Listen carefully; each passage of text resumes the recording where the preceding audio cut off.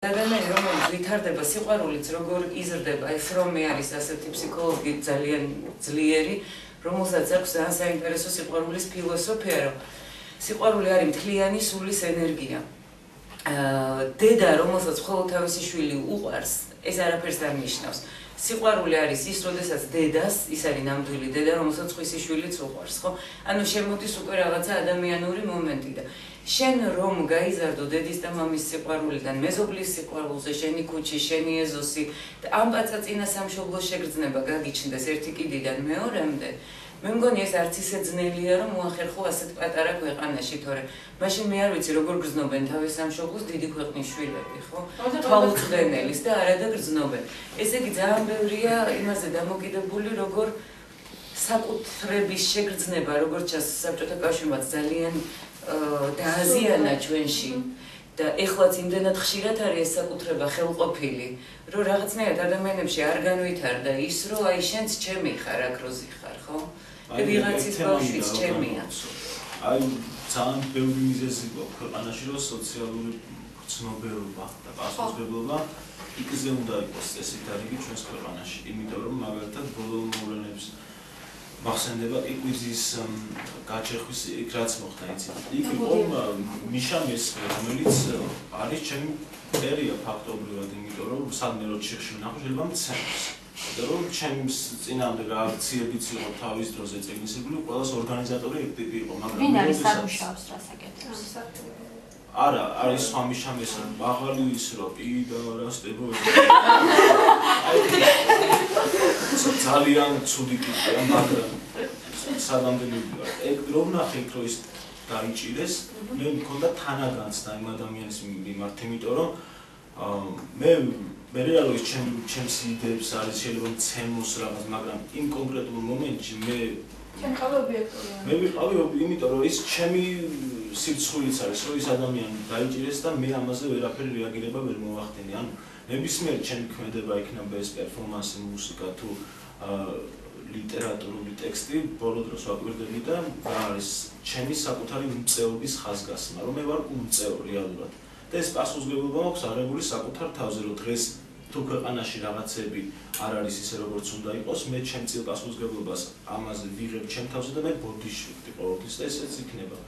იმიტომ რომ წარმოუდგენელია მაგალითად ნახე ვაკის პარკში არ ვიცი თქვენი ორგანიზაციის ორგანიზებული ყოფილი რომელიც უცხოელი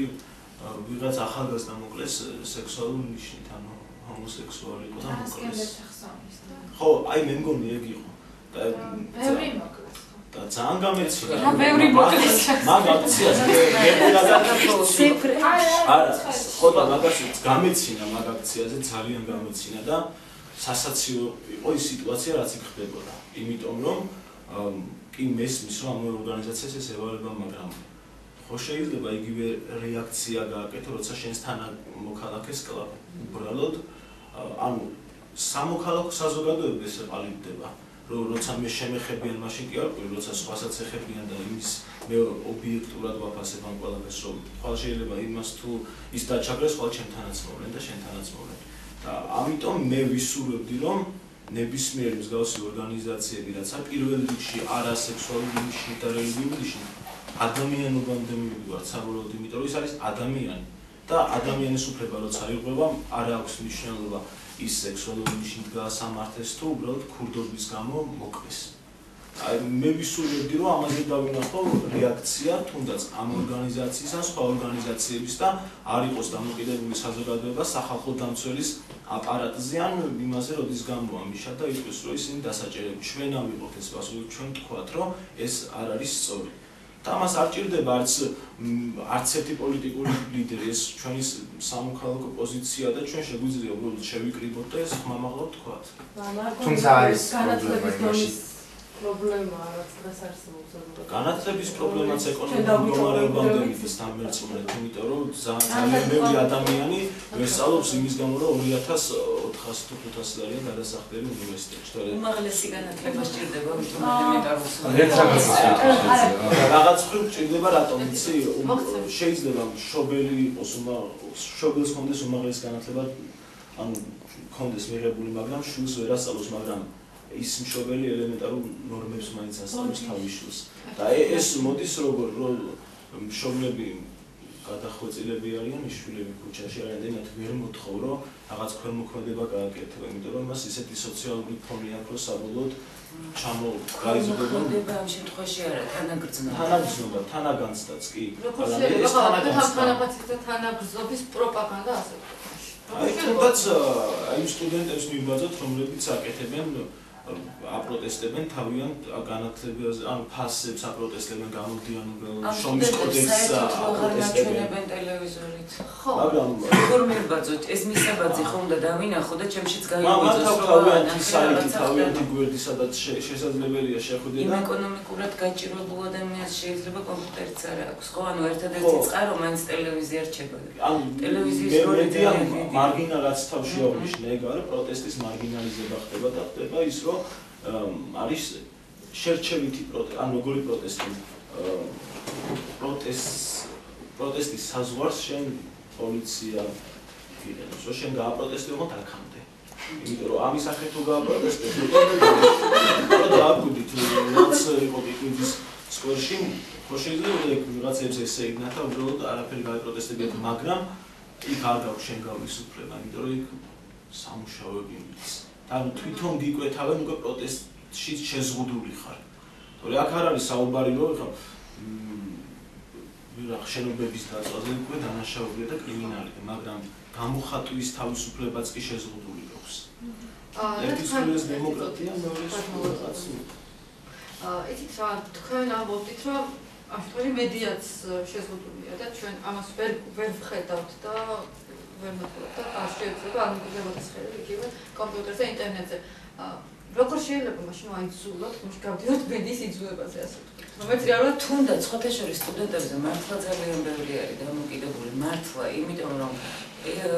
პირველ რიგში სტუდენტების და ახალგაზრდების არის ქვეყანა მიმართულება აი როგორც სახლში ჩემი შვილი მკარნახობს რაღაცას საკუთარი უფლების დაცვას საკუთარ მოთხოვნებს აყენებს უკვე იმდენად ზრდასრულია უმცროს შვილს გულისხმობ თორე ხა უფროსი დიდი ბიჭია უკვე სრულწლოვანია ხო უმცროსი არის 15 წლის და ნუ ეს 15 წლის ადამიანი უკვე თავის უფლებებს და სივრცეს აფართოებს ოჯახში და იძულებულს მხდის რომ მეც დავემორჩილო ხო და შესაბამისი რაღაცა არის რომ აი ამ სტუდენტების ერთიანობა ძალიან მნიშვნელოვანია ძალიან და რაღაცნაირად თუ კი ახალგაზრდები მოითხოვენ ბევრად მეტს მიაღწევენ ვიდრე ნებისმიერი პოლიტიკოსის მოთხოვნით შეიძლება მოხდეს ნებისმიერ სისტემას ყველაზე მეტად ეშინია სტუდენტები აუცილებლად იმიტომ რომ სტუდენტებს ეკუთვნით საბოლოოდ ყველაფერი მაგრამ ჩვენთან სტუდენტები ვერან დაშინებული ინერტულებით მაგრამ თუ გამოჩნდა ერთი-ორი რაღაცა ცინცხალი აზრი და პიროვნება მაინც ხდება ხოლმე ეს ხო თავგადასავლების ასაკია ხო ასეთ დროს რაღაცნაირად ის რისკიც კი არის აღმაფრთოვანებელი და ხა ჩემი სტუდენტობის დროს მახსოვს რომ ეს მიტინგი ეროვნული მოძრაობა რაღაცა შეიძლება ბოლომდე გააზრებული არც კი გქონოდა ეროვნული რა ეროვნულ მოძრაობაში იყავი თქვა ჩაბმული და რა იყო ამის საბოლოო მიზანი ბოლომდე არც ჩაკირკიტებოდი მაგრამ იმდენად ეს იყო აღმაფრთოვანებელი ადრენალინის გამომყოფდი აბა რა და რაღაცა ის იყო რა ეს იყო შედიოდა ახალგაზრდულ ენერგიის ხარჯვაში ელემენტარულად რა ეს ძალიან გასაკვირია როცა ბავშვები არ აპროტესტებენ აი სტუდენტები როგორ ჩამოყალიბდა ლაბორატორია 1918 თავიდან იყო სამხატვრო აკადემიის 8 სტუდენტი გამოიყო თვითმმართველობის ყველაფერს და თავისუფალი სახელოსნო დაარსეს სადაც თავიანთი სწავლის ხარჯს თვითონ იწევდნენ პროფესორებს სხვადასხვა რუსეთიდან აწყავდათ ერთ-ერთი ფილოსოფოსი თორსა ჩამოყალიბდა და ჩაატარა ლექცია და მე ვესწრებოდი ლექციებს და ბევრად უფრო მეტი ცოდნა მივიღე იქ ვიდრე ჩემს უნივერსიტეტში მე თეატრალურში ვარ იქ არაფერი მივიღე დღემდე უბრალოდ იმიტომ რომ ჯარში არ წაიყვანოთ ეს ბიჭი ჯარში ამ 7 ადამიანმა სტუდენტმა საბოლოოდ ჯარის პასუხისმგებლობის გაუგეს მე არ მინდა ჯარი და არც არის ადამიანს აქვს უფლება იყოს პაციფისტი. იმ 7 სტუდენტმა საბოლოოდ გამოიწვია ის, რომ ეს მოძრაობა გადავიდა შემდეგ ჯავახეთში, შემდეგ ირანში და საბოლოოდ თვითმმართველ არის უკვე უნივერსიტეტებში ორი სასტავი თვითმმართველობა და დამამორჩილებელი სტუდენტები. აი საკაცო მესამე არის. მე შევიკებით და ბოლშევიკებს. აი მე ვარ მაგალითად ნეიტრალური. ნეიტრალური ხარ? მაშინ ეს ხო, ნუ ეგ შენი და მე ან ვერანაირი ეს ღირებული ვარ და ნახე ვერც ერთ ჯგუფში. არა, შეურაცხყოფას არ ვაყენებ. არა, მე არც საქმეს აკეთებენ, პროტესტი ყოველთვის კარგი და მისაღებია, უბრალოდ არ დაემთხვა. აიცი რა არ მესმის? არ დაემთხვა. რა არ მესმის? შეიძლება ისინი აპროტესტებდნენ რაღაც იმას, რაც შენი გასაპროტესტო, შენ არ თვლი იქ საჭირო დრო იყო. მაგრამ ეს ყველას გვეხება, რომ მაგალითად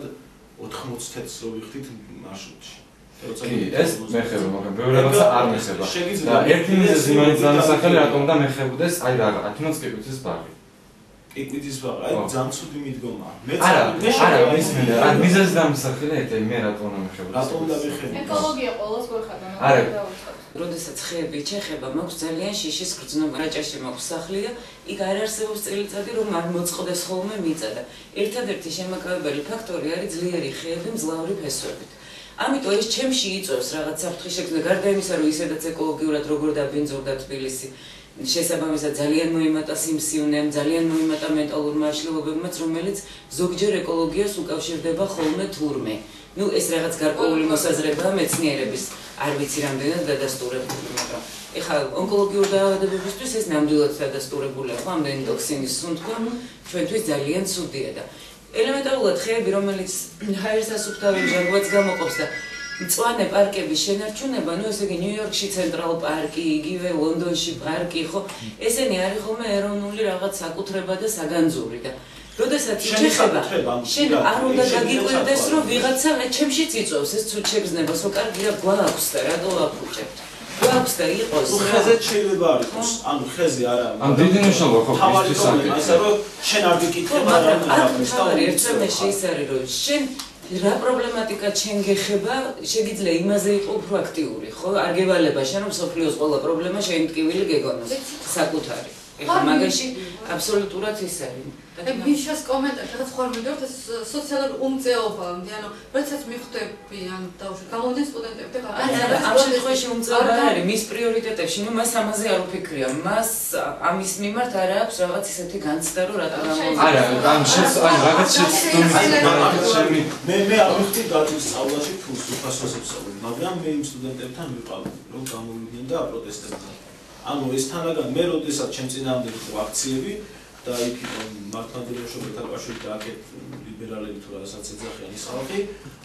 არ ვიცნობდი იმ ხალხს ნახევარზე მეტი არ და შემდეგ გავიცანი ანუ ის მეხებოდა რეალ ჩავთვლით მაშინ ის ადამიანები რომ ეს ეხება მარტო დეისაცის მაგრამ ხო ჰელოვის რო გააკეთებდნენ იმათაც ჩაარტყამდნენ ჯვარს თავს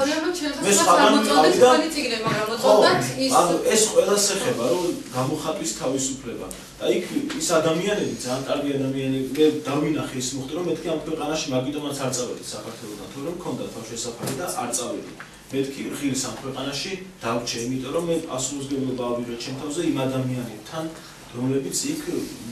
რომ სცემეს და ტვინის შერყევა ქონდა რამოდენიმე არ ვიცოდი მაგრამ დადგნენ რაღაც იდეის გვერდით და ეს სამოქალაქო საზოგადოება იქ დავინახე აქციაზე ან ბოლო აქციები რო იყო სულოს ბურჟანაძის რომელიც როცა ხალხი გამოვიდა ძალიან დიდი მასა გამოვიდა არც ერთი პოლიტიკური ლიდერი ამ იქ არ ყოფილა უბრალოდ მოქალაქეებმა გაიარეს და დააფიქსირეს თავიანთი პოზიცია უფრო მეტი ხალხი იყო ვიდრე წინა დღეებში მიტინგი აი მან დავინახე სამოქალაქო საზოგადოება ეს უნდა იყოს პერმანენტული ხასიათის რომ ჩვენ გვაქვს სტატუსი უნდა შევხედოთ საკუთარ თავს რომ ჩვენ გვაქვს ჩვენი უფლებები და თუ არ დავიცავთ ჩვენს უფლებებს და არ მოვთხოვთ ვიღაცებს ამის დაცვას ნებისმიერი ჩვენგანი უკვე ხვალდაზე იქნება მარგინალიზებული ნებისმიერი თემიდან და ეს არის ზუსტად რომ სხვადასხვა მიზეზის გამო მე ყველას გვეხება აი სასაცილო მაგალითად ვიღაც ტიპები იაპონიაში რომ იცის რა მოხდა იაპონიის დროშები ქონდათ Facebook-ზე ავატარა დაყენებული და უფრო არის რაღაცები ენერგია იხარჯება ხო მაგასები რო ხდება იმაზე მათი რამდენი რამე უნდა ხა ჩაიცვი ჩაითბუნე გამოდი და სადარი ამდენი ენერგია იაპონიაზე გლობობდნენ